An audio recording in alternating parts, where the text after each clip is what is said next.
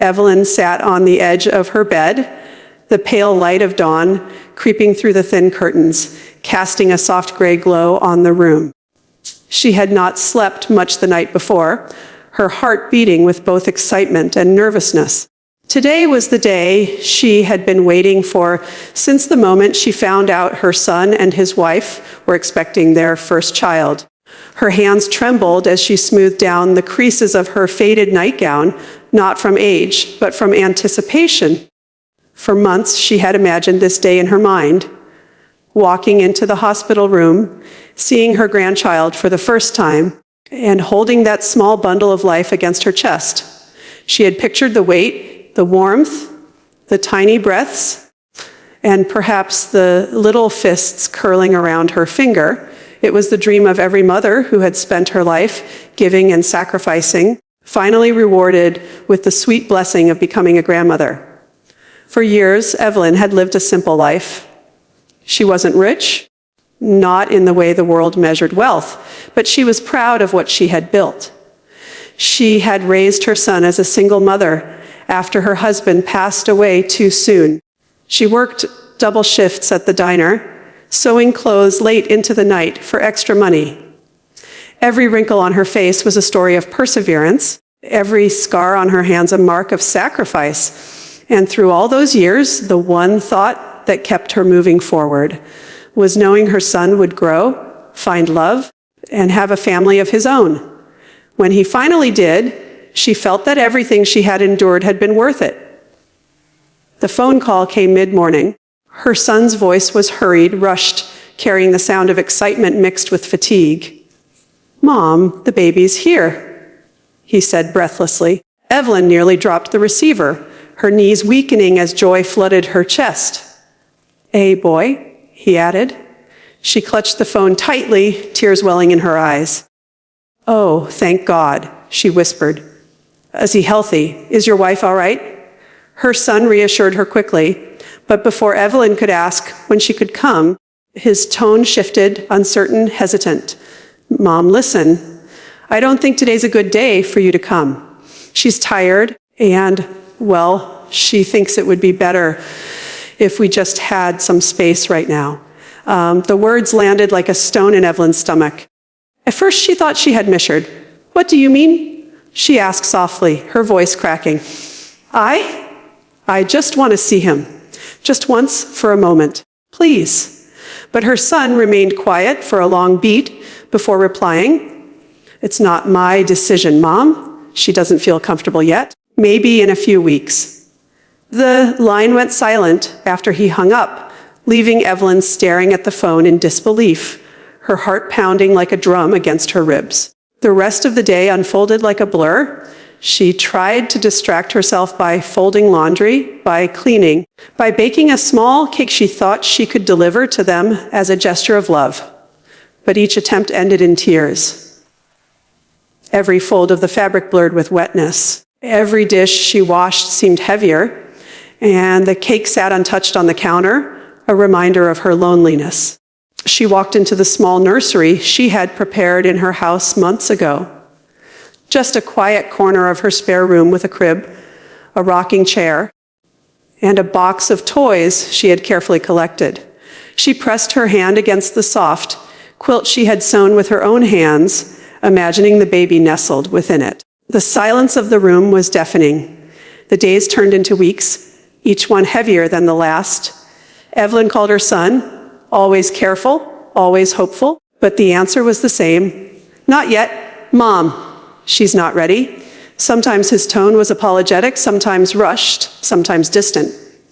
Each time Evelyn hung up, she sat in the same rocking chair, staring at the crib, feeling as though her very soul was being denied something it had been created to do. The turning point came when Evelyn finally gathered the courage to ask in person.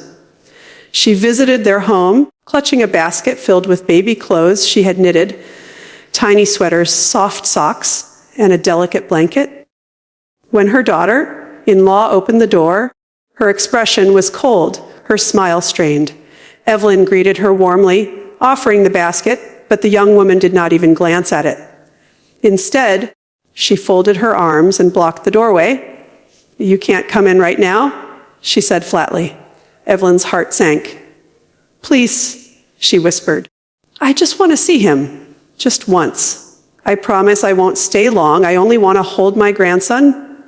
Her daughter-in-law's words cut sharper than any knife. You're not holding my baby. You're not part of our plans. We don't want interference. Evelyn stood frozen, the basket slipping from her grasp and landing on the porch with a soft thud. She looked past her, hoping her son would appear, but he never did. The door closed in her face. The world seemed to blur as she bent down to pick up the basket, her hands shaking, her chest tight as though it were caving in. The drive home was silent. She couldn't remember the roads she took, nor how long it took her to get back. That night, Evelyn lay awake, staring at the ceiling in the dark. The house felt unbearably empty, its silence pressing against her ears. She reached her hands out into the darkness, imagining the small weight of a baby in her arms. But they were empty. They would remain empty. She turned on her side, tears spilling across her cheeks, wetting the pillow. Over and over she asked herself why. What had she done to deserve this? Had she not been a good mother? Had she not sacrificed everything for her son? Was this her reward, to be locked out of the very love she had earned through years of hardship? Loneliness crept into every corner of her existence. The days dragged, the nights were unbearable. Sometimes she would scroll through social media and see photos of her grandchild smiling in the arms of strangers, neighbors, friends, even distant relatives. Strangers could hold him, but not her. That was the knife that twisted deepest. She thought of writing a letter, pouring her heart onto paper, but each time she tried, the words blurred with tears. She would start with, "My dear grandson," but then stop, realizing he would never read it. Not now. Not when she was still invisible. As the weeks stretched into months, the ache in Evelyn's arms became a permanent companion. She would walk by the crib and press her hand against the quilt, sometimes hugging it to her chest, pretending it was the child she was denied. The rocking chair became her only confidant, its creak a rhythm to her sorrow. And yet, deep inside, beneath the sorrow, something else began to stir. It wasn't anger at first, at least not the loud, fairy kind. It was quieter, colder, sharper. It was the thought that if she was not allowed to love her grandchild in the way she longed for, she would find another way to channel her love. Love denied did not vanish. It transformed, it hardened into determination. She began to see the world differently. Every child she passed on the street, every toddler laughing in the park, every baby cradled in a stranger's arms, she looked at them not with jealousy, but with longing. Perhaps, she thought, if she could not have the love of one child, she could create a place to give love to many. But in those early months, before her plan took form, Evelyn's life was a study in grief. Each night, she prayed for just one chance, one moment. She imagined what it would be like to hear her grandson's laughter in her house, to watch him take his first steps across her kitchen floor, to feel the warmth of his little arms around her neck. Those dreams played in her mind like a film she could never touch. Each morning she woke to the same empty house, the same empty arms. The story of Evelyn's life at 60 was not one of comfort or joy. It was of longing, of betrayal, of silent resilience. She was a woman denied the very thing her soul had craved since she was young. But though her arms were empty, her heart was not hollow. Beneath the cracks of sorrow, something was growing, slow, quiet, but unstoppable, a seed. And though she did not yet know it, that seed would one day transform her grief into something powerful enough to change her life forever. Evelyn's life after those first months of rejection settled into a rhythm of sorrow. The ache in her chest was no longer a sharp wound, but a dull, constant throb. Like an old injury that refused to heal, she tried to keep herself busy, tidying the house, tending her small garden, visiting the grocery store, waving politely to neighbors. But everything felt muted. The colors of the world seemed to fade. Flowers looked less vibrant. Food tasted bland. Even the warmth of the sun felt dim.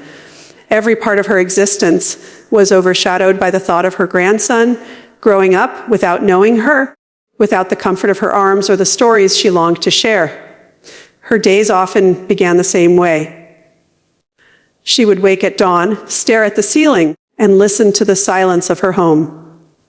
She would make a small pot of coffee, the scent filling the kitchen, but bringing her no joy. Sometimes she sat at the table with her hands wrapped around the warm mug, staring at the chair across from her, as though waiting for someone who never came. On certain mornings, she would take out her phone and scroll through the photographs her son occasionally posted. There was the baby wrapped in a blanket, his small mouth open in a yawn. There he was in a tiny onesie, held by a neighbor. There he was on his mother's lap, smiling at a toy. Each picture filled Evelyn with both love and anguish. He looked so perfect, so beautiful, so full of life, and yet he was a stranger to her. One afternoon, as she returned from the market carrying a small bag of groceries, Evelyn passed a small playground. She stopped and leaned against the iron fence, watching the children run, laugh, and shout. There was a little girl with pigtails chasing her brother. A toddler clutched a stuffed bear as he toddled toward the swings. Their mothers and fathers sat on benches nearby, calling out encouragement, smiling at every small stumble or giggle. Evelyn felt her throat tighten, her eyes brimming with tears. For a moment, she allowed herself to imagine her grandson there, running toward her, arms open, calling her Grandma. She could almost hear his laughter, feel his tiny hands slipping into hers. But the fantasy dissolved as quickly as it came, leaving her standing in the fading sunlight, her heart hollow. That night, she sat in her rocking chair, the quilt she had made folded neatly across her lap. She stared at the blank wall and whispered aloud, though no one was there to listen. If I can't hold him, then what am I meant to do with all this love? What am I supposed to do with all this? Her voice cracked, breaking into sobs. But as her tears fell, something stirred deep within her. It wasn't a new thought. It had been simmering beneath the surface for weeks, perhaps months. But that night it rose fully, like a wave refusing to be suppressed. The realization was simple yet powerful. She had been denied her place in her grandson's life, but that did not mean she had to stop being a grandmother. The next morning, she passed a building she had seen countless times before. It was small, with peeling paint and cracked windows, sitting at the edge of town like an abandoned relic. A faded sign hung above the door, half broken, the letters barely legible. For sale. She had never paid it much attention before, but on that day something about it drew her in. She stood in front of it, staring at the worn bricks and broken glass, and for the first time in months, a spark of energy flickered inside her.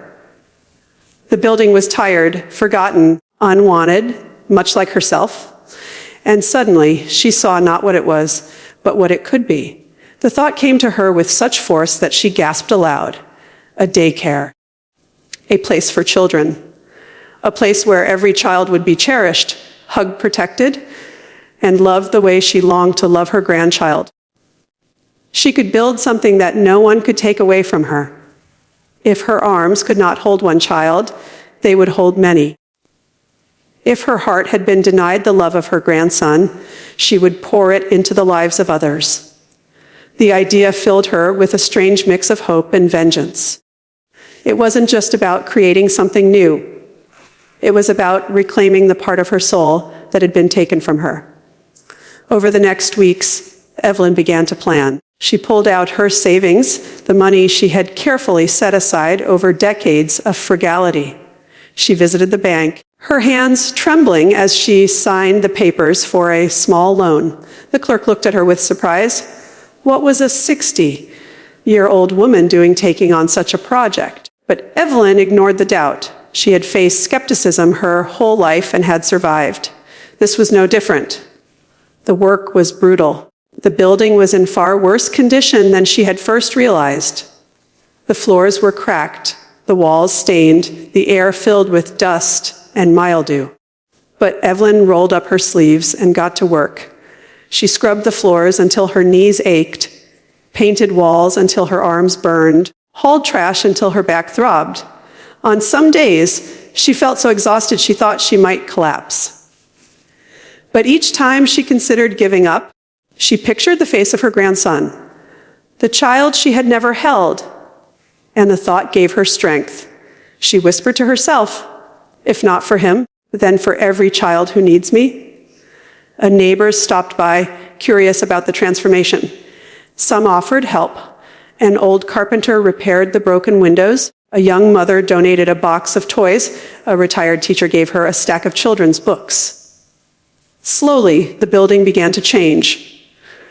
Bright paint covered the walls. Sunlight streamed through the cleaned windows. Shelves filled with colorful toys and books.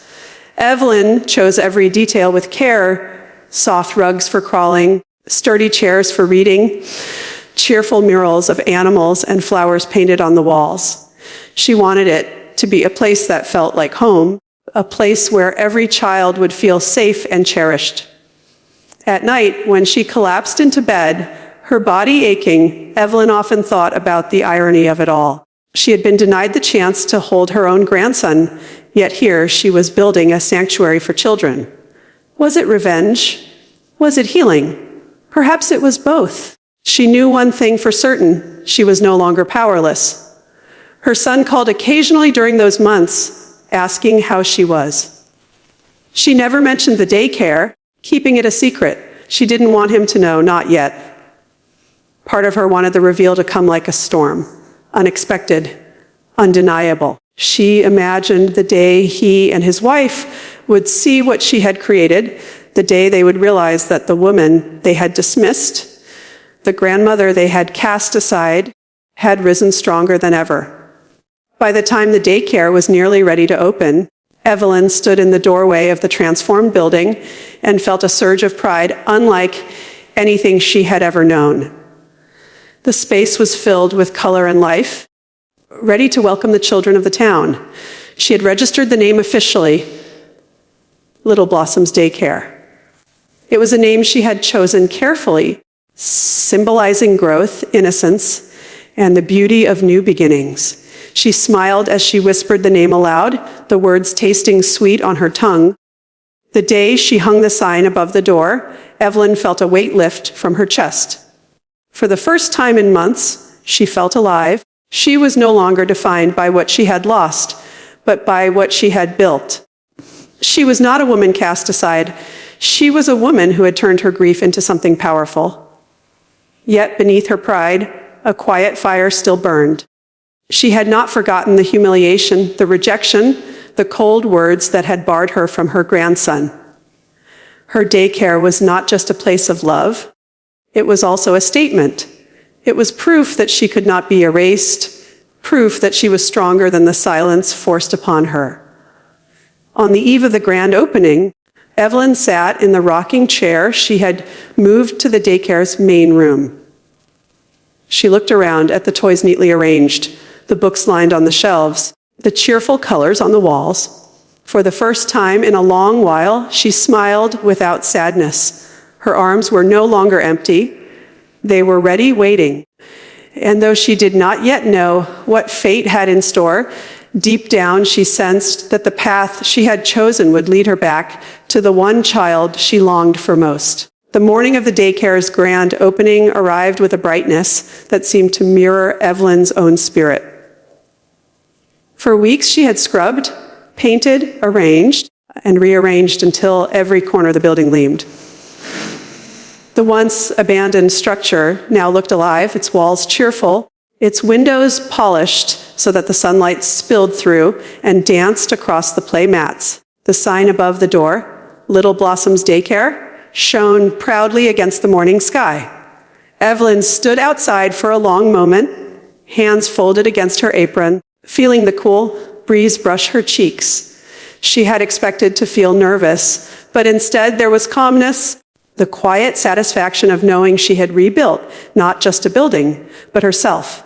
Parents began to arrive, some curious, some cautious, and others desperate for a place where their children would be safe during the long working hours of the day. Evelyn greeted each one with warmth, her voice steady, her smile genuine. They seemed surprised by her gentleness, surprised that someone who was not young or modern or dressed in polished clothes had created such a place of beauty. But the moment the children stepped inside and began to play, their laughter echoing off the walls, all doubt melted away. Mothers left with relief, fathers with gratitude, and the children ran back to her open arms at pick-up, already calling her Miss Evelyn or Grandma Evie. Each hug, each smile, each small hand clutching hers was a balm to the wounds she had carried for so long. Every day, the daycare filled with life.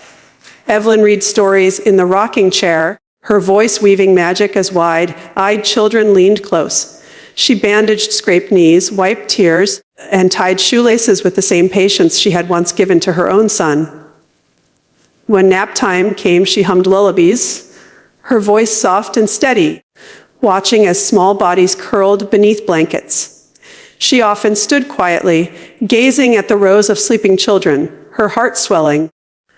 They were not her grandchildren by blood, but in spirit they belonged to her. She poured her love into each of them, never withholding, never measuring. For the first time in many months, her arms were no longer empty. Then one morning, fate arrived without warning. Evelyn sat at her desk near the window, sorting through registration forms for new enrollees. The bell on the door chimed as a mother and father entered, holding the hand of a small boy. Evelyn looked up with her usual warm smile, ready to welcome them. But the moment her eyes landed on the child, her breath caught. Her heart stopped. Time itself seemed to shatter into pieces. She knew that face, those bright eyes, that soft golden hair, the curve of his smile. She had memorized him through photographs, had dreamed of him every night, had wept for the chance to see him, her grandson. Her body froze, her hands trembling so badly, the pen dropped to the floor. The parents didn't notice her shock at first. They were too busy filling out the paperwork. It was only when the little boy tugged free of his mother's grasp and ran toward the play corner that Evelyn found herself standing, her knees weak, her eyes brimming with tears. She could not stop. Her grandson's laughter filled the room as he picked up a toy truck, his small hands moving with delight. Evelyn's chest ached as though the years of sorrow were breaking free all at once. Her daughter-in-law finally looked up, her eyes widening in disbelief. The color drained from her face as recognition struck. "You!" she whispered under her breath, her voice sharp, brittle. She glanced around the daycare, realizing too late whose creation she had stepped into. Her son. The boy Evelyn had raised, the man who had once clung to her hand, stood stiff, his face conflicted, his gaze darting between his mother and his wife. But before either of them could speak, the boy turned, his toy clutched in his hand, and his eyes landed on Evelyn. For a heartbeat, the world held still. "Grandma!" the child cried out, his voice bright, innocent, pure. He ran across the room, his small arms open wide. Evelyn's knees buckled as she fell to the floor, catching him against her chest. The warmth of his tiny body against hers filled the void she had carried for so long. She buried her face in his hair, inhaling the sweet scent, tears streaming freely down her cheeks. "Oh, my darling," she whispered, her voice breaking. "My sweet boy." Her daughter-in-law's face darkened, but she was silent. The boy clung to Evelyn tightly, as though he had always known her, as though no amount of separation could erase the bond of blood and spirit. Evelyn's son watched the scene unfold, his jaw tightening, his eyes glistening. He looked torn, but for once he did not interfere. The moment stretched endlessly. Evelyn felt the world melting away, the daycare, the parents, even the pain of the past. All that existed was the child in her arms. She had imagined this moment so many times. had dreamed of it in the quiet loneliness of her rocking chair. And now it was real. No one could take it from her. After what felt like forever, her daughter-in-law cleared her throat, her voice low and trembling with anger. "We should go," she muttered, reaching for the boy, but he shook his head fiercely, clutching Evelyn tighter. "I want to stay with Grandma," he shouted. His words cut through the air like a blade, silencing everyone in the room. Evelyn's son lowered his gaze, shame flashing across his features. His wife's face burned with frustration, but she had no power in that moment. The truth had been spoken, raw and undeniable. In the days that followed, the tension between Evelyn and her family simmered like a storm cloud, but something fundamental had shifted. The daycare thrived, drawing more children each week, filling Evelyn's life with laughter and purpose. Her grandson continued to attend, each day running into her arms as though he had always belonged there. Her daughter-in-law grew colder, often avoiding eye contact, but she could not undo what had been set in motion. Evelyn's son, though hesitant, began to soften, lingering at drop-off and pick-up, sometimes exchanging quiet words with his mother. He seemed to understand, finally, what he had allowed to happen, the cruelty of denying his own child the love of a grandmother. Evelyn never spoke of revenge aloud, but in her heart she knew this was her triumph. She had been cast aside, silenced, humiliated. Yet she had risen, stronger than they could have ever imagined. She had built a sanctuary not only for children, but for herself. She had turned her grief into something unbreakable. The irony was cruel and beautiful. Her daughter-in-law had chosen this daycare without realizing whose arms she was delivering her child into. Fate had done what Evelyn could not. It had brought her grandson back to her. One evening, after the children had all gone home, Evelyn sat in the rocking chair in the quiet of the daycare. Her grandson had fallen asleep in her arms earlier, and the memory of his small body curled against her still lingered. She looked around at the colorful room, the toys neatly placed, the books stacked high, the murals glowing softly in the fading light. She thought of the empty nursery back in her house, the crib she had once prepared, the quilt folded neatly, waiting for a baby who never came. That room had been filled with silence, but this place, her place, was filled with life. She closed her eyes, her lips curving into a smile. For months she had begged for one chance, one moment. Now she had many. Her arms, once empty, were now filled every day. Her heart, once broken, now overflowed. She had taken back what was stolen from her, not through anger, not through shouting, but through resilience, determination, and a quiet fire that refused to be extinguished. The world had tried to deny her, but here she was, whole, strong-loved. And as she whispered goodnight to the empty room, she knew with absolute certainty that no one, not even those who had tried to erase her, could ever take this away again.